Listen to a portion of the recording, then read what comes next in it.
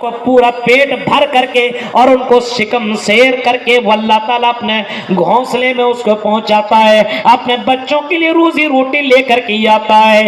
ये चरिंद परिंद अल्लाह के ऊपर इतना तवक्कुल किया करते हैं। आई मेरे बंदो, तुम भी इन चरिंदों और परिंदों की तरह मेरे ऊपर तुम तवक्कुल करो।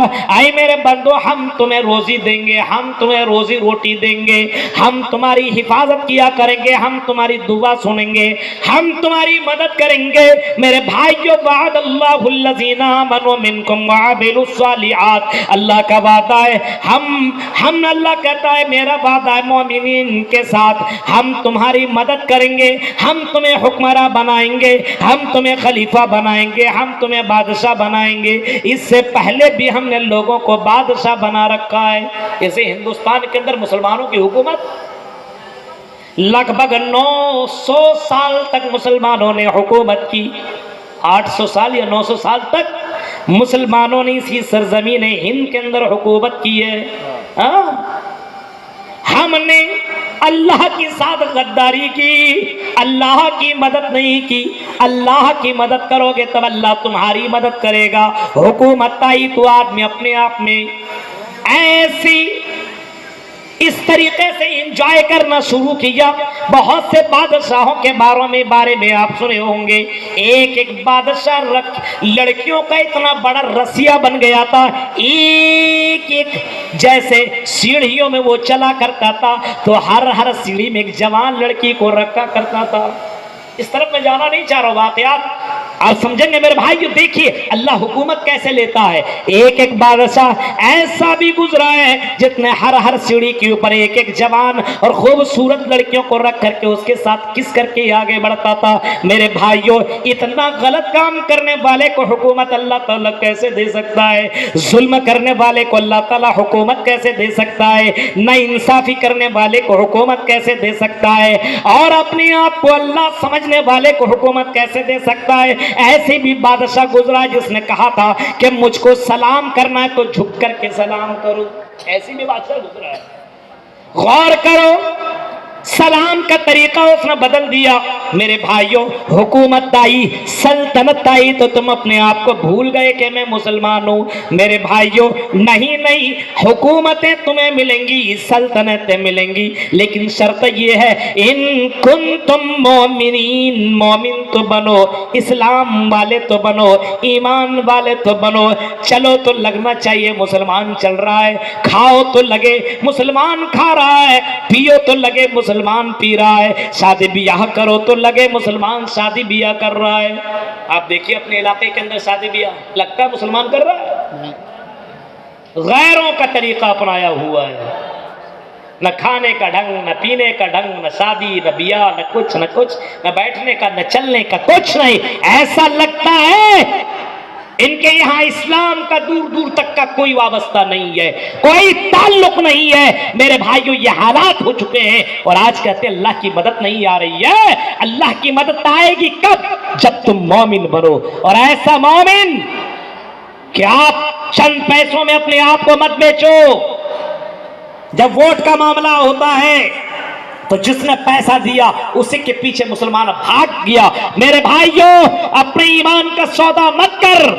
ईमान सबसे बड़ी दौलत है। समझ में तुम्हें आज नहीं आ रही है, कल समझ में कयामत के दिन तुम्हें आएगी। ईमान कितनी बड़ी दौलत है। जब इंसान अल्लाह के सामने कहेगा कि अल्लाह जमीन और आसमान के बराबर हम आपको सोना दे रहे हैं, अल्लाह उसको अता कर दे, और अल्लाह से कहेगा अल्लाह ये सारे खजाने तू ले ले आसमान और जमीन के बराबर, लेकिन मुझे जहन्नम से बचा। अल्लाह कहेगा नहीं, अगर जहन्नम से बचना है तो ईमान की सर्टिफिकेट लेकर के आओ, ईमान की दौलत लेकर के आओ। आज तो हमें समझ में बात नहीं आ रही है ईमान कितनी बड़ी दौलत है। मेरे भाइयों, आप वाकयात, पिछले वाकयात को उठाएंगे तो ईमान को बचाने के लिए औरतों ने अपने बच्चे के साथ खौलते हुए गर्म तेल के अंदर कूदना और उसके अंदर डूबना और अपने आप को जलाना गवारा कर लिया, लेकिन ईमान का सौदा नहीं किया। ये वाकयात भी बुखारी शरीफ के अंदर मौजूद है। लेकिन आज मुसलमानों के अंदर ईमान की कमी है, ईमान की कमी है। आज इन कुंतुम मोमिनीन, मोमिन बन जाओ। मुसीबत आए तो अल्लाह से फरियाद तलब करो, इज्जत मिले तो अल्लाह का शुक्र अदा करो, मुसीबत आए तो सब्र करो, अल्लाह के ऊपर तवक्कुल और भरोसा करो। हाँ, इस्लाम के अंदर भी तौहीद बताया गया तो गैरों के अंदर भी तौहीद मौजूद है। या चिट्ठियो यौमिम्मा नस्तस्मा देवे शूरी रिशा, उसी से मांगो। या चिट्ठियो यौमिम्मा नस्तस्मा देवी शूरी रिशा, उसी एक भगवान से मांगो, वही देने वाला है, उसके अलावा कोई देवी देवता जर्रा बराबर तुम्हें कोई देने वाला नहीं है, जर्रा बराबर तुम्हारी मदद नहीं कर सकता है, जर्रा बराबर तुम्हारी कोई मदद नहीं कर सकता है। मेरे भाइयों, तौहीद इस्लाम के अंदर भी मौजूद, तौहीद गैर मुस्लिम के धर्मों के अंदर भी मौजूद है, लेकिन आज लोगों ने तौहीद के साथ मिलावट कर लिया है, शिर्क को मिला लिया है। मेरे भाइयों, अल्लाह ताला को ये पसंद ही नहीं है। अल्लाह कहता सारा काम कर लो, हम बर्दाश्त कर लेंगे, लेकिन नहीं मेरे बंदो, अगर तौहीद के अंदर तुमने गड़बड़ी की तो आई मेरे बंदो, याद रखना जन्नत में जाने की दूर की बात है, जन्नत की खुशबू भी नहीं पाओगे। इस वजह से अल्लाह के नबी ने कभी फरमाया था अपने सहाबा से, आई मेरे सहाबा इनको तिलता हुर्रिता, अगर तुम्हें कत्ल भी कर दिया जाए, बोटी बोटी भी कर दिया जाए, आई मेरे सहाबा अपने आप को कत्ल करा लेना, अपने आप को जला लेना, अपने आप को बोटी बोटी करवा लेना, लेकिन ना ही मेरे सहाबा अल्लाह के अलावा किसी गैर के सामने सजदा मत करना। तौहीद समझिए आप। अल्लाह की मदद कब आएगी? जब हम मोमिन बनेंगे। हम मोमिन है ही नहीं, एक मोमिन हो गया। अब देखिए, वादल्लाहुल्लज़ीना आमनु मिनकुम व अमिलुस्सालिहात, अल्लाह का वादा मोमिनीन के साथ और अमल साले करने वालों के साथ, मोमिनीन के साथ अल्लाह का वादा है, हम तुम्हें हुक्मरानी देंगे, हम तुम्हें खलीफा बनाएंगे, हम तुम्हें बादशाह देंगे। मोमिन तो बनो, ईमान तुम्हारी जिंदगी में होना चाहिए। मेरे भाइयों, रात सुबह करो तो शाम का भरोसा मत करो, लेकिन फिर भी तुम्हारा अकीदा ये होना चाहिए, अल्लाह मुझे कल जरूर खिलाएगा पिलाएगा, और हराम रोजी की तरफ तुम्हारे कदम नहीं बढ़ने चाहिए। आज मुसलमानों के घरों के अंदर देखिए, आज मुसलमान लड़का हराम खोरी के अंदर मुब्तला हो गया है, रिश्ते हलाल के चक्कर में नहीं बल्कि रिश्ते हराम के चक्कर में पड़ा हुआ है। सोचता है कितना जल्दी करोड़पति बन जाऊं, कितना जल्दी लखपति बन जाऊं। आई पैसे के दिलदारो, आई पैसे के लालचियो, ये पैसा तुम्हें जर्रा बराबर काम नहीं देगा। अल्लाह का जब अज़ाब आएगा तो ये पैसा तुम्हें कुछ भी नहीं कर सकता है। आपने कई लोगों का वाक़यात आपने सुना होगा, दौलतों का अंबार, पैसे इतना ज्यादा कि कई अटैचियों में लेकर के वो जाता है मेडिकल में, हॉस्पिटल में, और डॉक्टर से कहता है कि डॉक्टर मेरा इलाज तो कर दो। डॉक्टर ने उसको चेकअप किया और डॉक्टर ने बताया तुम्हारा इलाज इम्पॉसिबल है, हो ही नहीं सकता है। डॉक्टर साहब क्यों नहीं हो सकता है? मेरे पास तो इतना पैसा है, मेरे पास तो इतनी दौलत है। आई डॉक्टर कितना पैसा लेना है ले लो, मुझे तुम इस परेशानी से दूर करो। डॉक्टर कहता है आई एम सॉरी, हम तुम्हें बचा नहीं सकते क्योंकि कैंसर का लास्ट स्टेज है, अब तुम बच नहीं सकते हो। वो आदमी, इतना दौलतमंद आदमी, पैसे को आसमान में फेंकता है और कहता हाय रे ऐसी दौलत, हाय रे ऐसा पैसा, हाय रे ऐसी ताकत, और हाय रे ऐसा खजाना, हाय रे ऐसा पैसा किस काम का जो हमारी सेहत दे नहीं सकता है, जो हमें मौत से बचा नहीं सकता है। मेरे प्यारे साथियों, इसी वजह से रिज़्क़ हलाल कमाई कमाने की कोशिश करो, अल्लाह पे तवक्कुल करो, भरोसा करो अल्लाह की जात के ऊपर, अल्लाह के ऊपर अकीदा रखो तो मोमिन बनो। और दूसरा काम तुम्हें क्या करना है? वामिलुस्सालिहात, नेक अमल करो, नेक अमल करो। नेक अमल करने वालों की मदद अल्लाह ताला करता है। आज हमारे यहाँ नेक अमल है? नेक अमल कहाँ आपको मिलेगा? सब दिखावा है, रियाकारी है। ऐलान किया, जितना ऐलान जब तक ना हो मेरे भाइयों, रियाकारी के तौर पर अगर कोई काम हो रहा, फोटो खींचा जा रहा है, किसी गरीब को पैसा दिया जा रहा, फोटो खींचा जा रहा है, सोशल मीडिया पे डाला जा रहा है, हमको सबसे बड़ा सखी समझे, सबसे बड़ा देने वाला समझे, सबसे बड़ा अमीर समझे ये रियाकारी अल्लाह ताला को बर्दाश्त नहीं है। नमाज जैसी इबादत भी अगर तुम करो और नमाज जैसी इबादत के अंदर अगर रियाकारी हो तब भी अल्लाह ताला को बर्दाश्त नहीं है। मन सल्लाह युराई फकद दस्तक फरमाए, जिसने दिखावे के लिए नमाज पढ़ी उसने भी शिरक किया, दिखावे के लिए रोजा रखा उसने भी शिरक किया। वमन तसद्दक़ युराई फकद अशरक, और जिसने दिखावे के लिए सदका किया तो उसने भी शिरक किया। मेरे प्यारे साथियों तसव्वुर करो, इबादत के अंदर खुलूस नहीं है, इबादत के अंदर खुलूस नहीं है, रियाकारी है, और वो इबादत अल्लाह ताला के यहाँ एक्सेप्ट नहीं है, अल्लाह के यहाँ रिजेक्ट मानी जाती है। उस इबादत को अल्लाह ताला रिजेक्ट कर देता है जिस इबादत के अंदर खुलूस नहीं है, इखलास नहीं है, जिसके अंदर दिखावा है। इसी वजह से किसी भी इबादत की कबूलियत के लिए 3 शर्तें जरूरी है। किसी भी इबादत के लिए, किसी भी नेकी की कबूलियत के लिए 3 शर्तों का पाना जरूरी है। एक तो यह है कि ईमान वाला हो। गैर मुस्लिम कितना भी इबादत कर ले उसकी इबादत थोड़ी काबिल कबूल होती है, दुनिया में उसका बदला मिल जाता है, मरने के बाद थोड़ी कुछ मिलेगा। गैर मुस्लिम भाई पानी वगैरह नहीं पिलाते हैं। गर्मी के महीने में आप देखिए स्टेशनों के अंदर गैर मुस्लिम हजरात भी पानी पिलाते हैं, ठंड के महीने में वो भी कंबल बांटते हैं। ये इबादत ये नेकी का काम नहीं है। लेकिन क्या इसका सवाब मरने के बाद उसको मिलेगा? नहीं। क्यों? क्योंकि उसने ईमान नहीं लाया है, इस वजह से। तो किसी भी इबादत के लिए 3 शर्तों का होना जरूरी है कबूलियत के लिए। कौन सा? पहला ईमान का होना, ईमान जरूरी है। दूसरा उस इबादत की कबूलियत के लिए, उस नेकी की कबूलियत के लिए, उस अमल की कबूलियत के लिए दूसरा शर्त है इखलास, रियाकारी ना हो, दिखावा ना हो। आप चंदा 1-1 लाख रुपया दे दीजिए, 2-2, 10-10 लाख दे दीजिए, लेकिन अल्लाह के लिए नहीं दे रहे हो। दुनिया में तो बड़े माने जाओगे, मरने के बाद कोई फायदा नहीं मिलेगा। इस वजह से जितना भी दीजिए अल्लाह के लिए दीजिए, सिर्फ अल्लाह को खुश करने के लिए। ठीक है, मदरसों की हिफाजत करना बहुत बड़ी बात है, मदरसों को दान पान करना बहुत बड़ी बात है मेरे भाइयों, लेकिन इखलास पैदा कीजिए। इखलास नहीं है तो काम खत्म। और तीसरा शर्त है वो काम जनाबे मोहम्मदुर रसूलुल्लाह के तरीके पे हो। नबी के तरीके पे अगर ना हो नमाज जैसी इबादत तो वो नमाज भी काबिल कबूल नहीं, रिजेक्ट हो जाएगी।